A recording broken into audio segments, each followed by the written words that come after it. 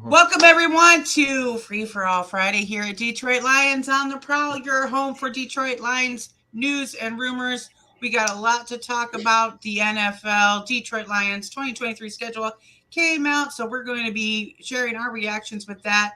Before we get to that, I just want to make a real quick announcement that I'm going to be having a special live stream with just me after Free for All Friday today because I wanted to share with you guys the upcoming changes to this channel, which is going to be a whole lot more than I'm going to be able to really quickly explain here on the Free for All Friday show. So give me about 15 minutes after this show ends, and then make sure you check that out live. And if you're watching on the replay, check that out as well. I'm going to answer any comments or questions that you may have. So I will see you guys at that point. So before we get into talking about the NFL draft, let me bring in the rest of the crew that we have today. It's been a while. He's been a stranger, but he's back. Hey, Smoking Jeremy B, how you doing today? Fantastic. I love the new job, and it gives me hours I can be available on Free for All Fridays. Awesome. And well, we'll see about that when I discuss the upcoming changes that are going to happen. But okay. And of course, we've got our resident maniac Tim. How you doing today? Oh, I'm doing good. Doing good. Awesome. Would be better if football season was right now, but yeah, now see that the schedule's out. We're all waiting for that season to begin, but we got to get through all of those mini camps and rookie camps and training camps and all of that other stuff yet before we can even get to that. So let's see who's hanging out with us today at in the Prowl Nation chat. We've got Detroit Lions talk with John Kapler. What player versus player matchup are we all looking forward to? We'll get to that there, John, in just a second. Dan says, good morning. Good morning, Paul, the jazzy one. And, of course, 757 rep and 313. I'm going to mess that name up for sure, but good morning to you. And, of course, George Eagle is in the morning. Good morning to all of you guys. And Robert 360. Hey, Val, he says to me, the guys are here too, Robert. So say hi to them too as well. So, okay, guys. So before we get into John's question, so give me your initial reaction to the Detroit Lions NFL schedule. Jeremy, what are your thoughts? I think it's actually quite favorable the way it matches up because it's not like we have a bunch of top teams right off the bat, but we don't have a lot of low teams. So we got a good test in week one being the Thursday night kickoff game against Kansas City. I love that. What did we get? 5 primetime games in total when you include Thanksgiving? I'm not sure. I think 2 Thursday nights. The one Monday night football one is being played on Saturday night due to January 1st being Monday. They don't want to have hangovers and everybody missing the game Monday night. So they're going to do it as a Saturday night game versus the Eagles on December 30th. We have week 8 on Monday night football versus the Raiders. We have 2 Thursday night games. We know we got the kickoff. I can't remember the other one. And then we have the Packers on Thanksgiving. I know. Wow. Yeah. Isn't that an amazing thing? And the only reason why that's considered prime time, no matter what time of day, and anybody can argue with me if they want, it's because it's the only game on in that time slot. That is why it's considered a prime time game. Yeah, absolutely. And it's also viewed by the whole nation, the whole world. They have the opportunity to view that game. So let's get some moldy cheese in the basement this year, okay? Let's get some moldy cheese in the basement. Welcome, Steve LeCorbert. Good morning and welcome to Prowl Nation family. And, of course, Seb Z, what up? What up, though? So, Tim, what are your initial reactions? Okay, well, my initial reaction is we woke some people up in the NFL for screwing up last year on primetime games. We proved that we were a primetime team that should not have been cut out into the end of the season, where they did go ahead and try to right that wrong by making us play Green Bay, and we showed the world that we could go ahead and smack around Aaron Rodgers. That he didn't own us, we owned him. So I just think we woke people up. We woke the NFL up. We woke the networks up, who went ahead and disrespected us for everything. Went ahead and said that we were going to go ahead and lose against Green Bay. Well, who did we prove wrong? Everybody, because everybody, it's Detroit against everybody, but we beat everybody in that game. For me, I think that this year's schedule for the Detroit Lions is the perfect opportunity to prove who they are. According to what has reports, they have the 9th easiest schedule in the league. So this is the perfect opportunity for them to ball up and ball out, as Kurt likes to say. So, hey, Amen. Super Saiyan Lions, what up, everybody? So what game are you looking most forward to with this schedule, Jeremy? The first game of the year at Kansas City. And here's why.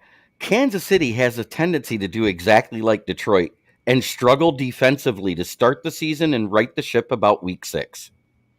We didn't fix ours till week 8 because of the bye week being week 6. But with us having a later bye week, and we don't have as many bums on the defensive side of the ball as we used to, we cut a lot of dead weight. Michael Brockers, see ya. I called it. He was the first one gone. Hallelujah. That bump on a log on the D-line is gone. Yes, he was vet leadership, but vet leadership does nothing if they do not produce. Absolutely. So, Tim, what game are you looking forward to? Well, I'm going to say the Raiders. It's going to be one of the guests that I had on my show before. He's at work. He's a Raiders fan, Rashawn, and I just, the Raiders are also an upcoming team. They think they put that last piece of the puzzle in for quarterback now. I don't see how, but it's just, I want to see us take care of the Raiders on prime time. Welcome them to Detroit. For me, I gotta love the Thanksgiving game against the Packers. Oh, yeah. I mean, you just gotta be FTP all day here at Detroit Lions on the prowl. So most people know that I'm on the Bears side of things. So I am, and of course Aaron Rodgers kind of has been owning us for a while. So I'm looking forward to, even though Aaron Rodgers isn't here, for you guys to just shred some cheese on Thanksgiving Day and add that little dessert to our Thanksgiving meal. So, so getting to John Kapler's question right off the start, what player versus player matchup are we all looking forward to, Jeremy? Jahmyr Gibbs versus Isaiah Pacheco, week 1. If Gibbs does what he's supposed to do, it won't be close. I don't know about that. We'll see. We'll see. Tim, what are your thoughts? What player versus player matchup?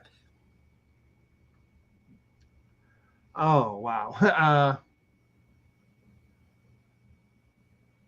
I want to see Kaminsky go against Jordan Love.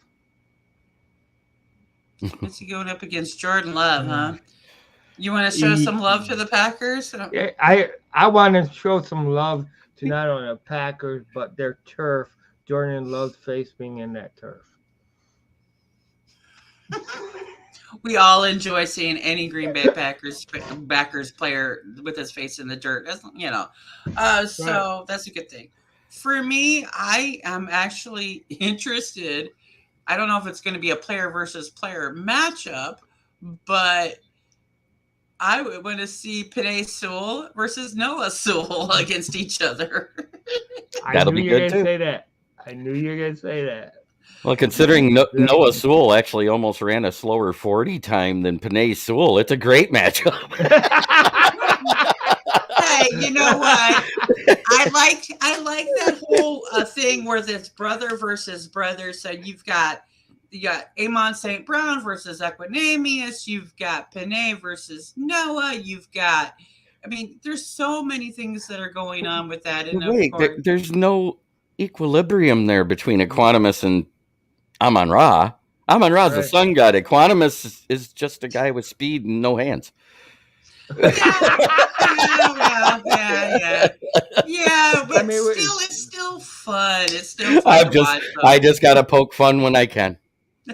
Right. How's the basement doing this year, Val? You know what? We're not going to be.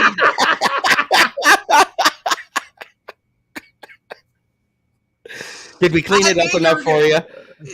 Did we clean it Yeah. up enough for you? Okay, that's all I Yeah. asked. We didn't Yeah. take all the decorations You know what? down. It's okay because see, like I'm a dungeon master, and so we're gonna be filling that basement with some shredded moldy cheese and maybe bits of flying pieces and all of those things, you know, this year. So, you know, maybe some Viking meat, you know. We got to build our den down there, so you know we're gonna be filling it up with some things. I think. You know, So the way we'll too see. early betting line in Vegas with the Chiefs and Lions is they're only giving the Chiefs 7 points. Now remember, they get 3 points for being at home, so that's actually almost a pick'em game. It's only a 4-point favorite. Yeah, John Kapler says, "Can you bring up the Halloween decorations?" Yeah, You know I made what? sure I hung that bear rug on the wall. That was the one my stepdad shot. It's just for you. So when you say bear down, you say, "Yep, there it is." Oh yeah, I know, because Jim used to always love the bear down phrase because he would say that every time one of the bears ended up like injured on the field. Oh look, bear down. So, let's see what the Proud Nation Family Chat has to say here. So Jazzy One Paul DeRose says, so the Lions lose to the Chiefs, Seahawks, Dallas, and Chicago, and one other, according to One Pride. The 3 that I see as losses is Ravens, Chargers, and possibly the Chiefs. I'm just saying because those teams are that talented. Mm-hmm. Those are my 3 that I could definitely see a loss happening. Then there's 3 maybes. Maybe Seattle, maybe the Panthers with their improvements, and then maybe in Green Bay because it's early in the season when we have a tendency to be up and down defensively. Does anybody disagree with that? I could see that the Lions losing to the Chiefs right off the bat. I could see that. I could see that happening, and I don't see that as much of a concern either, but I could see that happening.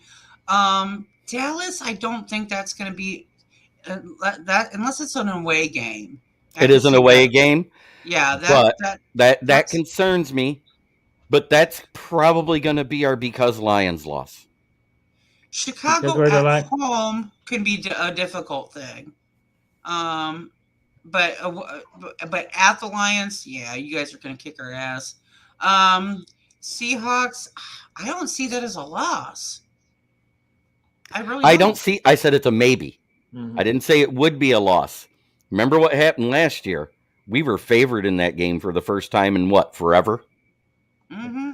But we couldn't stop wet paper bag. You know, we couldn't. Our defense had so many holes. Yeah. And their defense wasn't any better. No. Don't let anybody fool you. That game was anybody's. One defensive stop. Yeah, and they got it. And they got it. We didn't. Yeah. That's all it came down to. I was there. Mm-hmm. So, I mean, like Jim used to say, you know, you've got to give it. Let's see. He would say 2 games or our usual loss, and then 1 loss due because the Lions just decided to go cuckoo for Cocoa Puffs, and then 1 that the refs take away. Right. So it's always true that the refs took away that he gave. But are we starting to maybe sway the refs? Now, for us, yes. For other teams that are trying to help us, no. Okay. A la Rams versus Seahawks last year. Right. So, Tim, what are your thoughts on this? So you think that the Lions are going to lose to any of these teams? What's your thoughts here? Well, I think either one of those. Dallas, it's hard to beat. It's hard to win in Dallas, and uh, and it's also hard, as far as for the you never can count the Chiefs out, because we have seen games, whoever the Chiefs play, they're always in it until that final, until the final tick of the clock. Now the worst thing that Dan Campbell could do as far as against the Chiefs could go ahead and give Andy Reid too much respect, like he did to Bill Belichick. You got to play your own game, not go ahead and try to play more or less Andy Reid's game. You got to go ahead and go in there and actually score. Because I'll tell you, against the Chiefs, you don't, there's no, unless it's real late in the ball game, there's no score that's too high, no difference that's too high where they cannot come back. So keep your foot on the pedal all the time and don't let it up on your offense. And don't over respect Dan Campbell. Don't underestimate, but don't over respect your opponent like you did with Bill Belichick.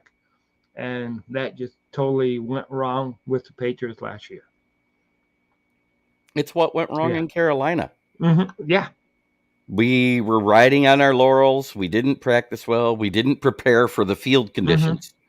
Now, granted, the Panthers, the Arizona Cardinals, and the New York Jets and Giants were 4 of the 5 teams that were being investigated for poor field conditions. And the Panthers, the Cardinals, and the Giants and Jets all corrected theirs. I don't remember who the 5th one was off the top of my head, but those are the big ones I remember with poor field conditions.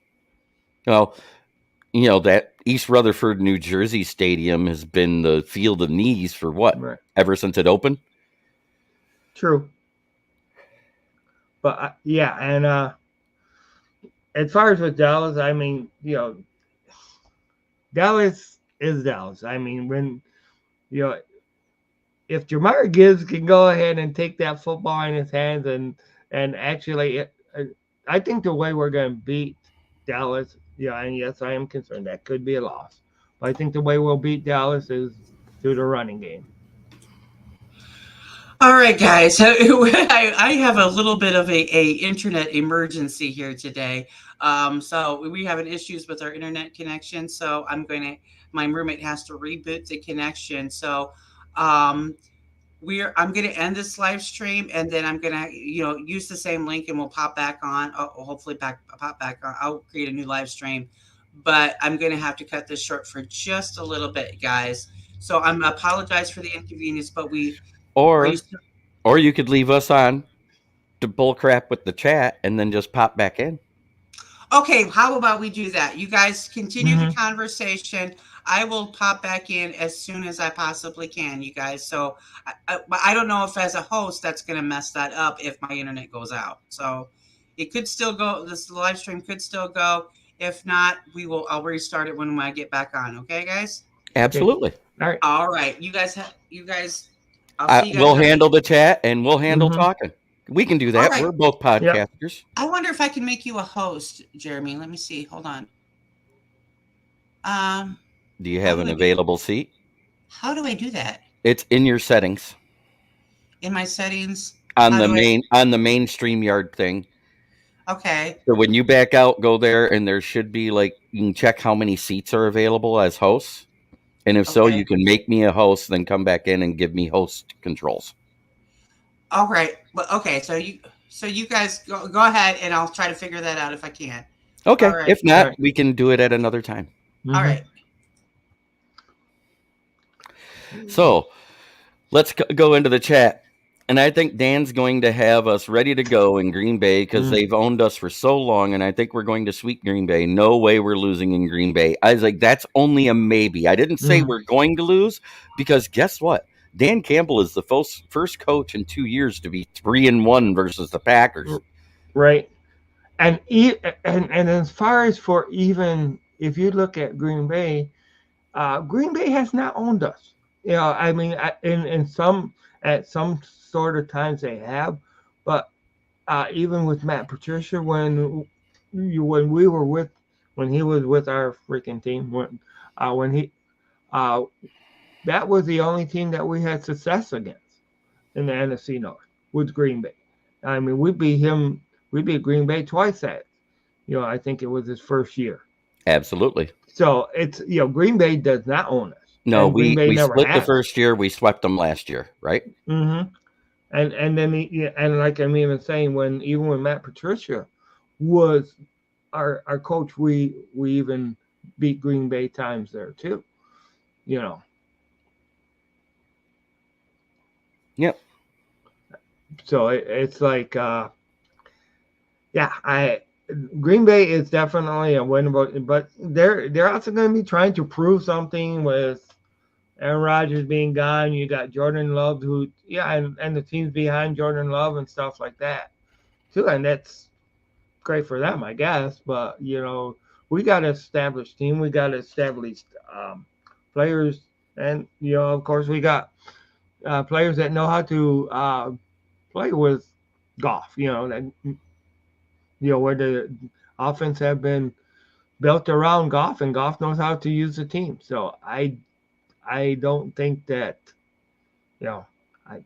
but of course, anytime you're playing NFC North opponent, somebody that knows, because our two teams know each other well enough, and that goes with the Bears and also the Vikings as well. Anytime you play teams that know your strengths and weaknesses and rivalry teams, there's always upsets. There's always losses that come about that shouldn't come about just because you guys play each other so much. You know each other's weaknesses so well and strength. I want to know how many people still pay attention to onepride.com.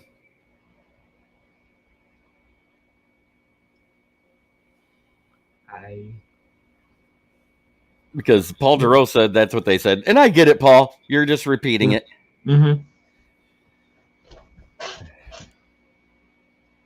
But how many people should pay attention to them if they're saying stuff like that? No, I have seen some clickbait stuff come out of there. Like last year, they said we were doing this or doing that in the draft. This year, we did trade back, and nobody said we were trading back. Everybody said, "Oh, it's going to be Devin Witherspoon or Carter or Anderson." Well, Anderson and Witherspoon weren't there, and we traded back with Carter on the board.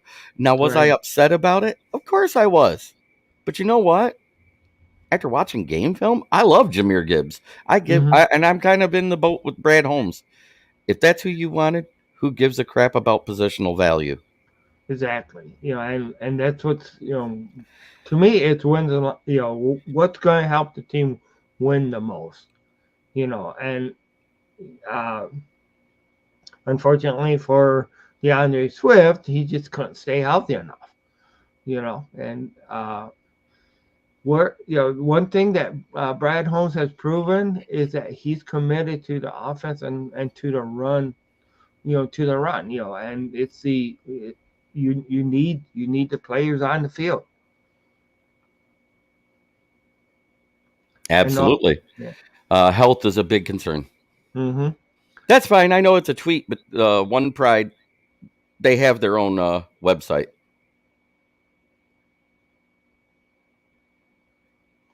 John Kabler laughing my ass off. Who pays attention to Chris Sims when he opens his stupid mouth and talks crap about the Lions? Chris, your career sucked. Don't talk shit on Goff or the Lions.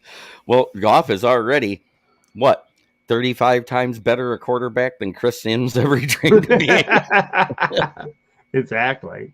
And when, last year, he was a top 10 quarterback. At times a top 5 and at times a top 15. But he averaged out to be 7th overall in statistics. Right. And his health has been there too. So that's one thing. How many quarterbacks were knocked out? Just like San Francisco, how many quarterbacks were knocked out of the game due to concussions or, getting hurt? Did that work, Val? I believe we should be okay now. Good.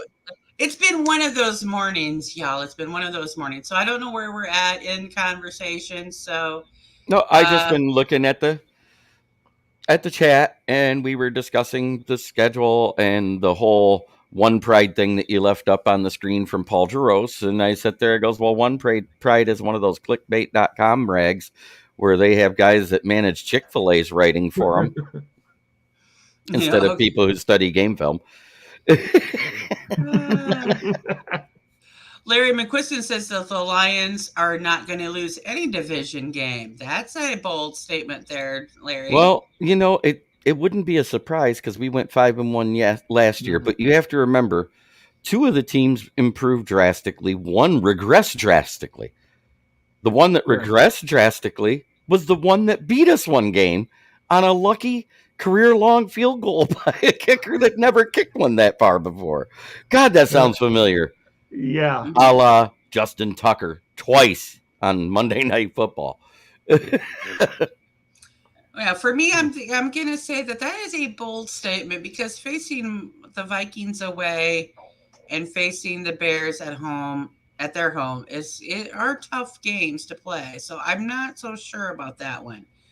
But hey, if the Lions do not lose any division game, I don't know. I'm not going to make that bet with you, Larry. I'm just not going to make that bet with you. So, Tim, do you think that the Lions are not going to lose any division game? I think they're capable of not losing any division games. But when you're off, one of the things that I was saying that when it comes to divisional rivals, all right, they know each other so well. Each team knows each other's strengths and weaknesses so well. And then,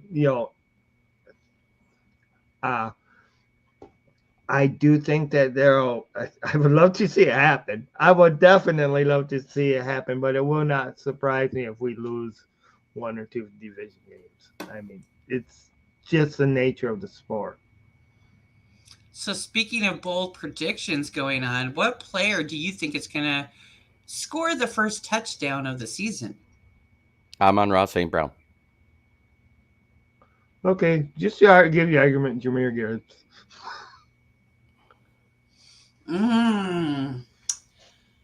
Oh, this is going to be a tough one for me. Who do I think? Oh, wait. Or do we make Patty Mahomes look like the Patty Mahomes that played against Detroit back in 2019, and it's Cam Sutton?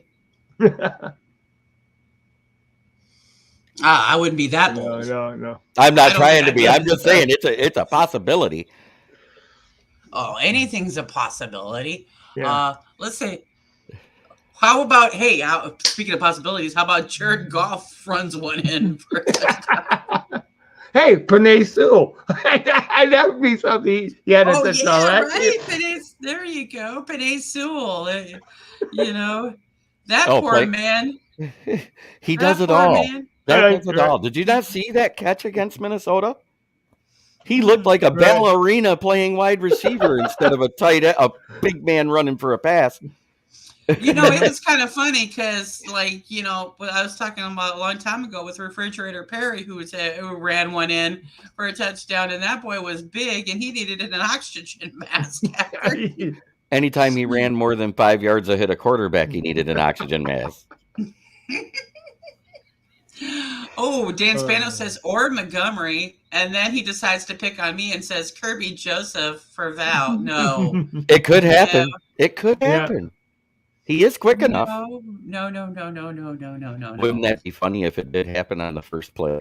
Yeah. Oh, y'all not jinx me with this stuff. Y'all try to jinx me during the draft, but... No, I got it. Kirby Joseph makes the interception, and he pitches it to Iffy for you. Yeah. There you go. You'll take that one? I'll take that one. I'll take the assist to Iffy from Kirby Joseph. Okay. But yeah, so because he is a better safety. If you've noticed today, Kurt Steele is not here today. He's not feeling well, and I'm the one I think made him sick. Because remember, he had a bet against me, And I found out this morning that he did purchase his Bears cap. So we will be seeing that on a future Free for All Friday show. He is not happy about that, but hey, it is what it is. This is what happens when you bet against the queen. Like Luke G. Yet last week I found out that that I am the queen of the draft and he is just my throne. So that was one of our best moments last week. So I was having a kick out of that. He wants a revenge bet too. So I don't know why he wants a revenge bet. Didn't he learn? Okay. I've got a little question for the commenters. Okay. Who starts at nickel corner? Is it going to be A, Jerry Jacobs, B, Will Harris, CJGJ, or Brian Branch? No. I like the last two. I like the last two better than the first two. But... Yeah, I'm kind of torn between the last two. That's going to be a camp battle for sure. So it depends on how well I would prefer Brian Branch to start, but I think CJ, GJ, FUPK, whatever his name is. Wait, this isn't hockey? Fuck you, penalty kill. What? I think it's guard. I think because of the experience and he's done it well at nickel and at safety, it would more than likely be CJGJ. Because if Tracy Walker is healthy, he's going to be playing opposite Kirby to start. John Kapler keeps talking about his Little Caesars pizza. Look, none of us all agree to that, John. None of us all agree to that. And hot and ready is only $5, dude. You'll be all right. So Tim, who do you think is going to start? You know what? I'll just say it. Brian Branch. Yeah, I prefer Brian Branch to start. I'd prefer two, but if you have an experienced guy and he can do it, it'll be rotating between them two, in my opinion. Because as far as I'm concerned, Will Harris needs to be rotating between the bench and the practice squad. Or I hear there's some USFL teams that need him. Yeah, USFL, he'd be a star. Yeah. So what do you think will be the most interesting camp battle? Nickel corner, 100% bat and starting running back. Because David Montgomery, I know you didn't like him, but you got to remember, he had an O-line that allowed negative 0.8 for contact for running backs. No, it's not that I didn't like Montgomery. I love Montgomery. Montgomery is one of my favorite guys. The issue that I have with him is he can be very prone to injury and may not play as when you're hit before you get to the offensive line, you tend to get injured.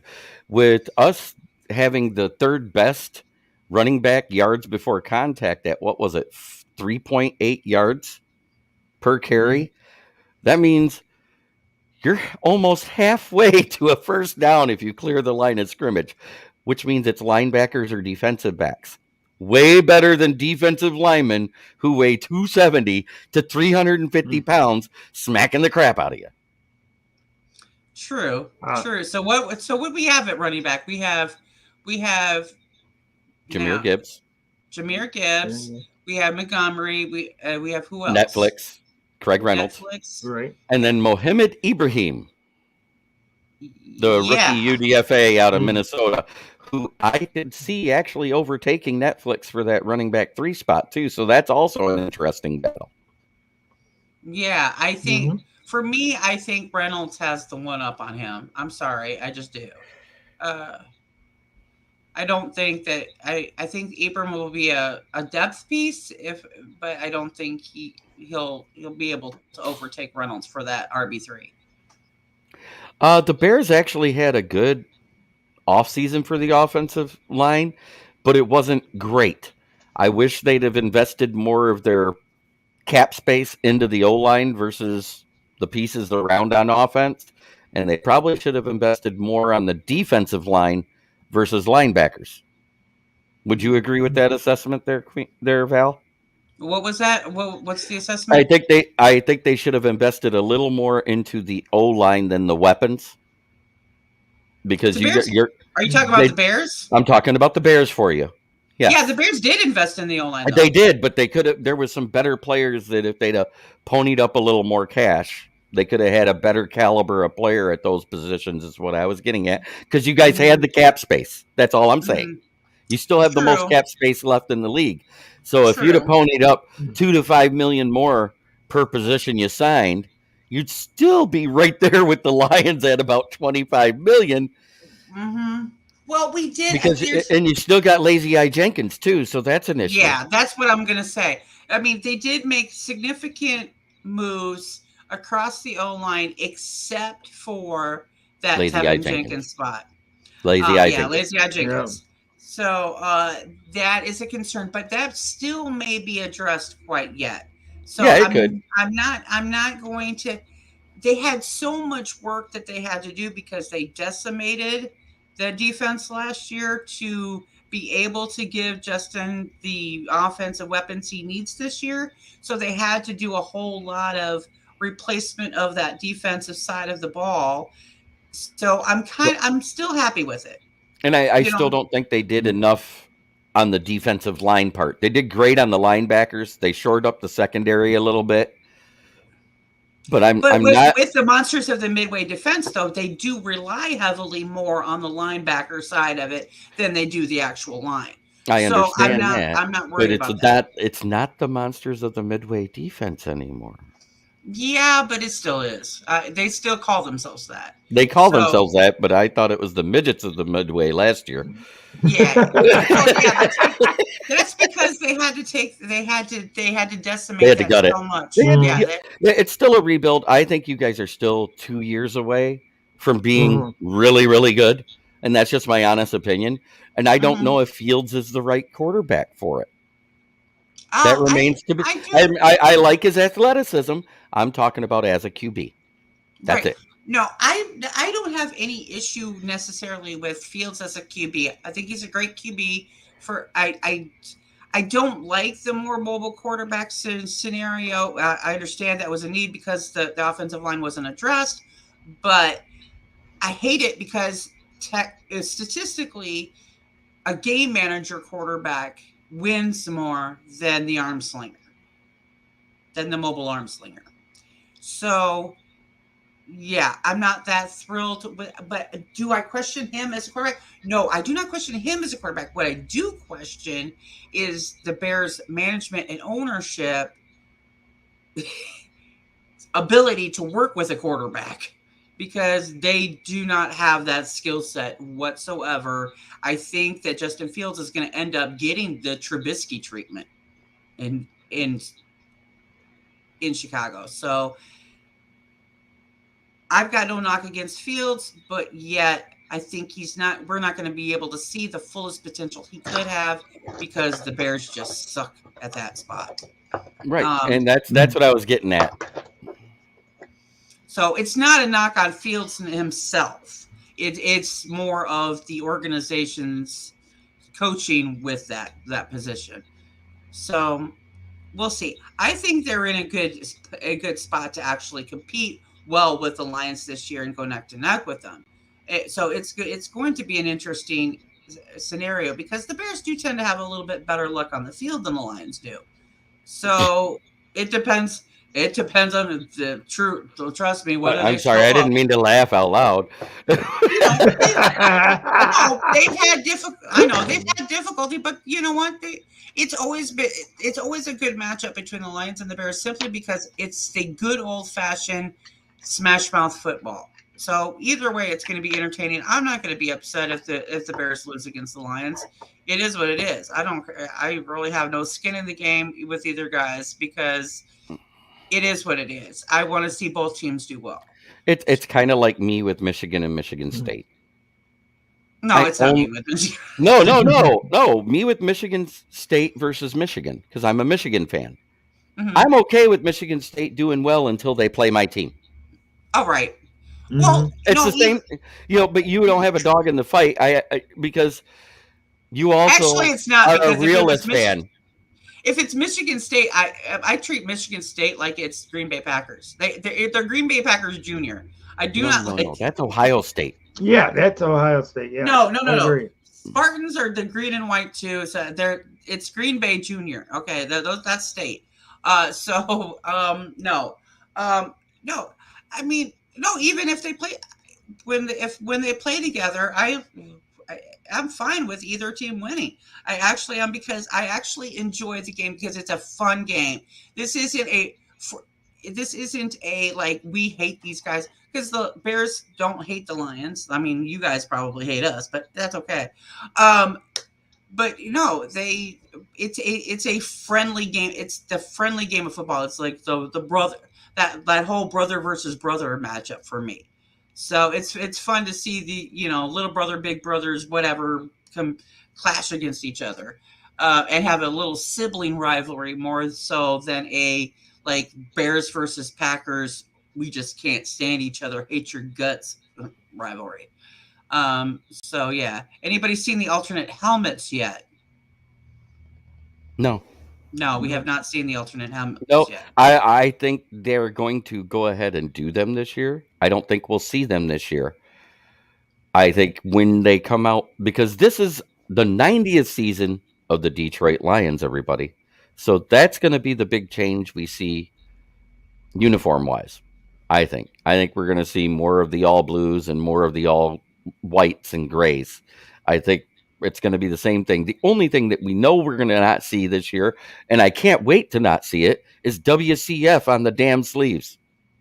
Yeah, I think that's going to be an automatic go. I hope they don't bring back the grays. That gray is awful. It's pajamas. Yeah, exactly. Pajamas with a blue stripe on the pants. I'm out. Hey. and it's really supposed to be silver, not gray, but they look so much like gray pajamas. makes no sense when you're blue and silver. Mm-hmm. I hope I out of those 4 finalists that I posted last year for this year for the alternate helmets, I still hope they go for that black with the Honolulu blue and then the outline of a lion on it rather than the whole lion. And I didn't mind the alternative logo I saw on Twitter too, where the lion's mane actually says lions in it with the same face that we have now. Oh, that's kind of cool. I like the idea of it's the main saying lions. I like that. I'm hoping black and blue comes back in style, because that was just my favorite thing. It was hot. But you know what? I mean, think about this as a revamp against something that because it was the Matt Millen era. I know, I got the point. But think about this, you guys. Brad Holmes calls himself the villain.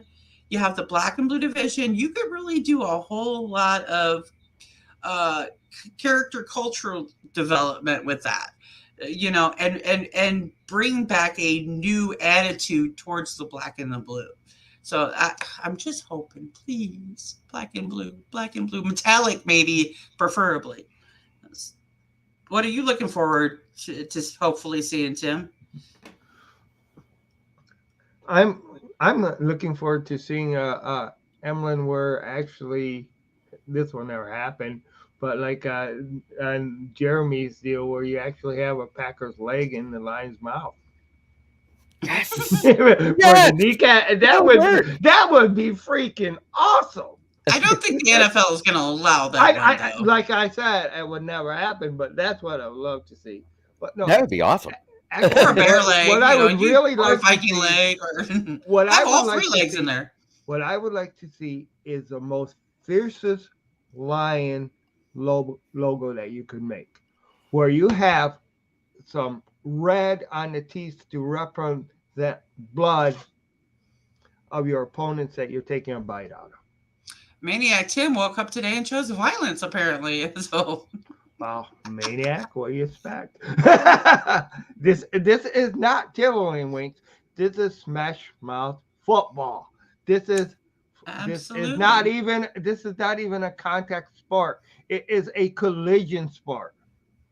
Okay, where bodies collide together and So hey, let's just go ahead and put a little bit of red in the, put a little bit of red in the butt of the Lions. Dan Spano says, I was hoping they would be those metallic blue helmets. Be too much blue.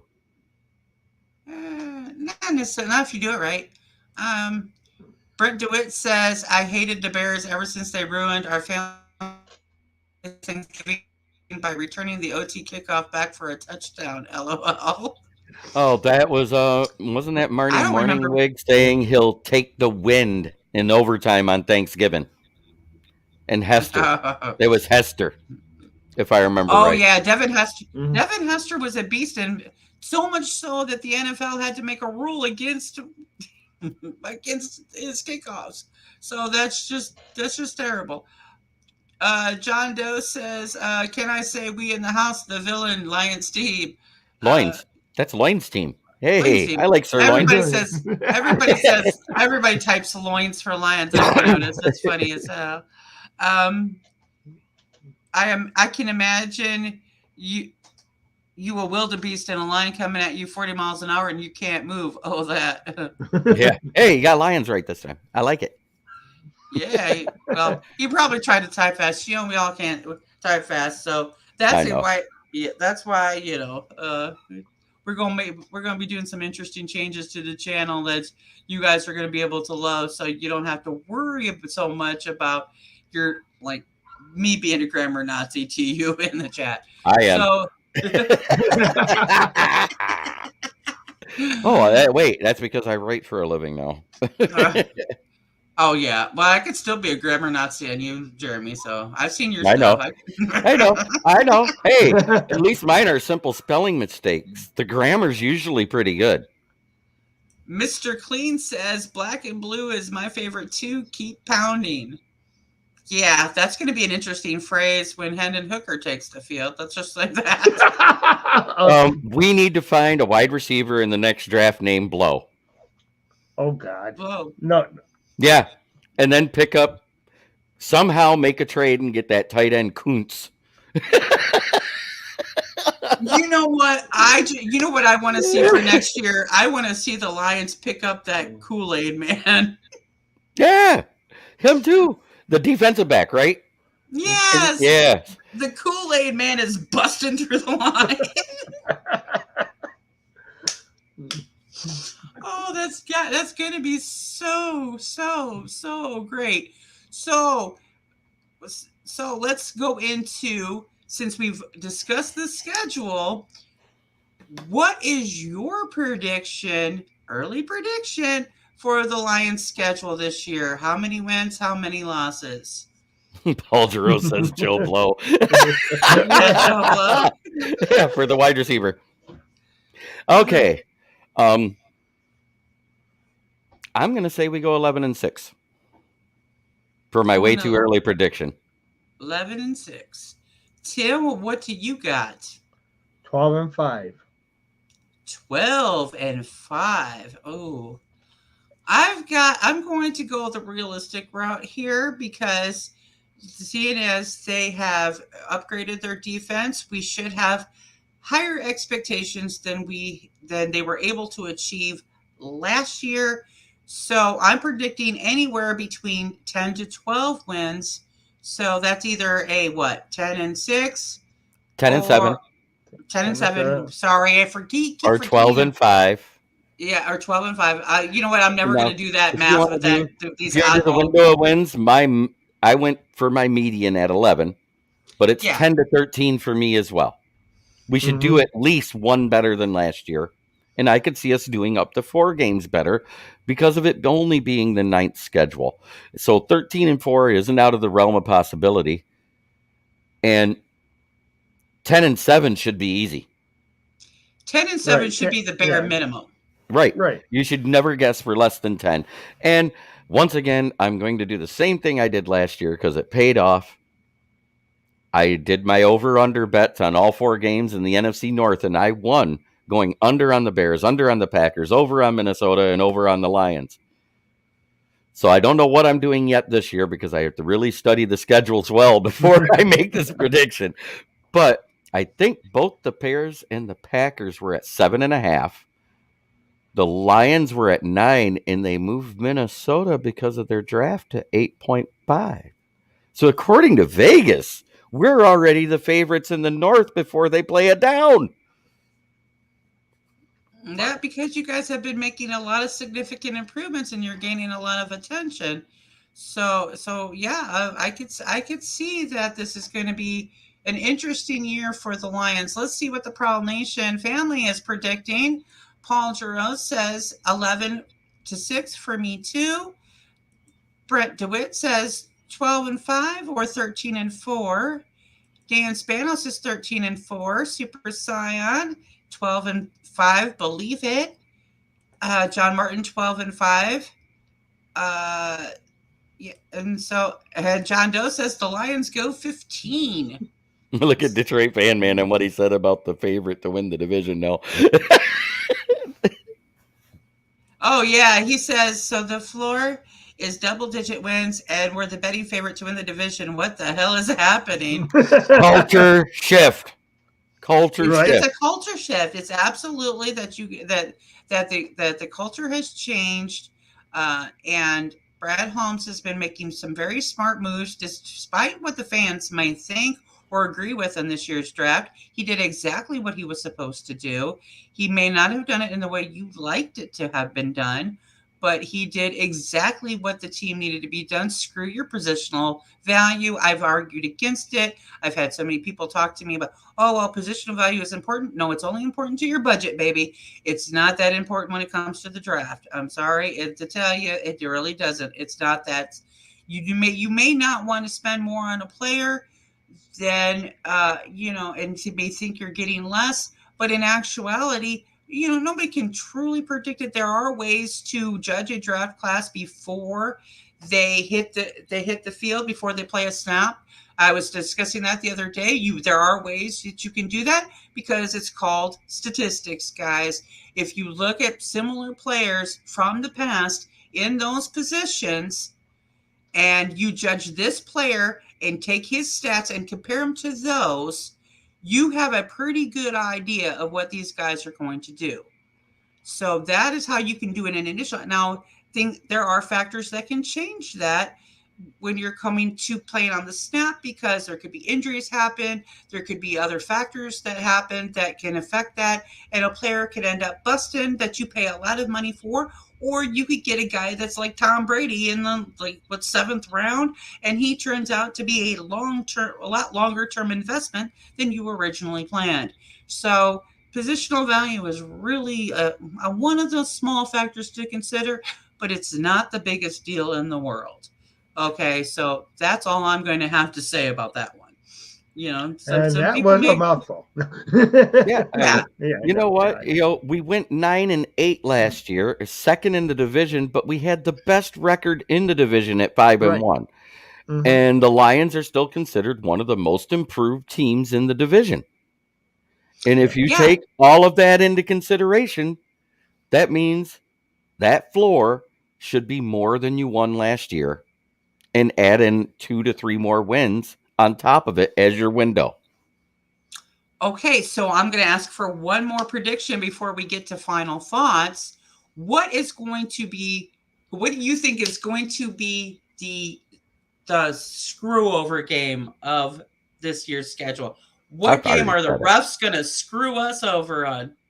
At Dallas, Saturday night, December 30th. That's our screw game. It always is. It never fails. There's always a phantom call or a missed call or a bad call or a reverse call, and it costs us the game every time. It's Dallas. Tim? Okay. I'm going to go with the Kansas City game. I think they're going to screw us over there. Because off the bat, huh, Tim? Right off the bat. I think, yeah. Because we're playing a team that's Mahomes is right now he's more or less the face of the NFL for the he's kind of replaced Tom Brady and stuff like that. He's up. Kansas City is the team now. Been in three Super Bowls recently, won two of them, and I just think that there'll be a save that will come because of the respect that the NFL and the rest have for Kansas City and the disrespect they got for the Lions. Mm-hmm. I don't think that Patrick Mahomes is the NFL favorite baby anymore. Um, so I don't think that the I think that the Lions may lose that game, but I don't think it's going to be due to the refs. I just think it's going to be kind of like one of those things. Some teams they just don't start off strong, and that first game is they're kind of gelled together, and it kind of just blows up in their face, and that's kind of what happens. So I am going to kind of agree with Jeremy here that it could that I don't know. Dallas is kind of a weird scenario. It always has been. So it's probably They the only most get likely. calls in the regular season. That's why I said it. Mm-hmm. Yeah, right. So yeah, Brent DeWitt says it seems like forever since we've played Dallas at home. Do you know when was the last time we played Dallas at home? I want to say it was back in 2017, Jim Caldwell's last year. I know we It, It lost sounds to that. about right, and I believe we won then.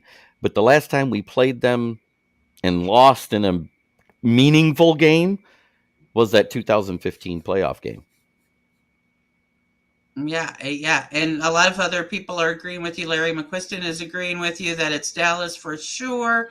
And then Jazzy One Paul Giroux said, Jeremy, you read my mind before I could post Dallas. And then Broken Lion 69, welcome to Detroit Lions on the Prowl.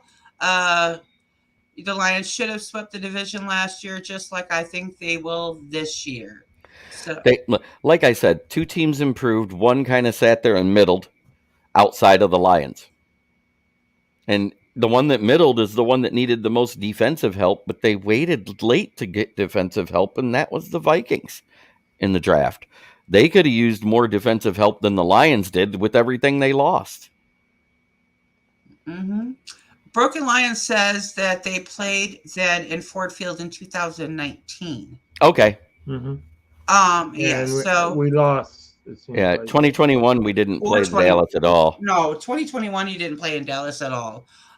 So I could give it to 2019, but I don't know that for sure. So, we don't need our fact checking here, y'all. So It was just a guess from me. I thought yeah, it was we're Caldwell's just last guessing. year. I didn't know it was Petrash's second year. So this is going to be a very interesting year. So for the Detroit Lions. So if you haven't hit the like, subscribe, or notification bell, make sure you do so now because we're going to be introducing a whole bunch of new stuff for you. There's a lot of exciting stuff to have. So, make sure you keep up to date. If that notification bell is extremely important because you may not need to know when the content when it pops up because YouTube won't notify you even though you subscribe. So hit that notification bell. So final thoughts, Jeremy, on this Detroit Lions schedule? I think it actually played out well. I like it because we start out early and then get a 10-day rest before we play that next game to go ahead and smack Seattle in their mouth at home. So go Lions. I look forward to seeing some people at some games this year because I plan on going to 2, maybe 3. Okay, Tim? Okay, well, it's been 3 years now with Brad Holmes. We have struggled, and I'm just hoping that the Lions go ahead and start out strong. Yeah, I know I picked a screw job by the rest as far as for Kansas City, but hey, the Lions need to start out winning strong, get their momentum going, and heck, let's just go ahead and kick some ass. Go Lions. Absolutely. I think that this year's draft, I had said this before, that this year's draft was at a very extremely crucial moment in this Detroit Lions build. That is a 6-year build, not a 3-year build as most other teams are. And I think that this is going to be a great opportunity for the Lions to really show on the national stage what they are capable of with this new culture. And so it's going to be an exciting season. And so I'm going to say go Lions for that. And so with that being said, guys, I will be live streaming shortly after this show. So please stay kind of tuned to the channel so that when I create the live stream, that you'll be able to catch that, where I'm going to be announcing all of the channel changes that are coming up soon. So if you have questions, concerns, comments, that is going to be our forum to discuss that there. So with that being said, I'm going to represent Kurt today here because he's not feeling well. It's probably that Bears cap, go send him some well wishes. But like he always says, whatever you do in life, you've got to boss up, ball out, and be the best version of you that you can be. Go Lions, and we love you, Jim.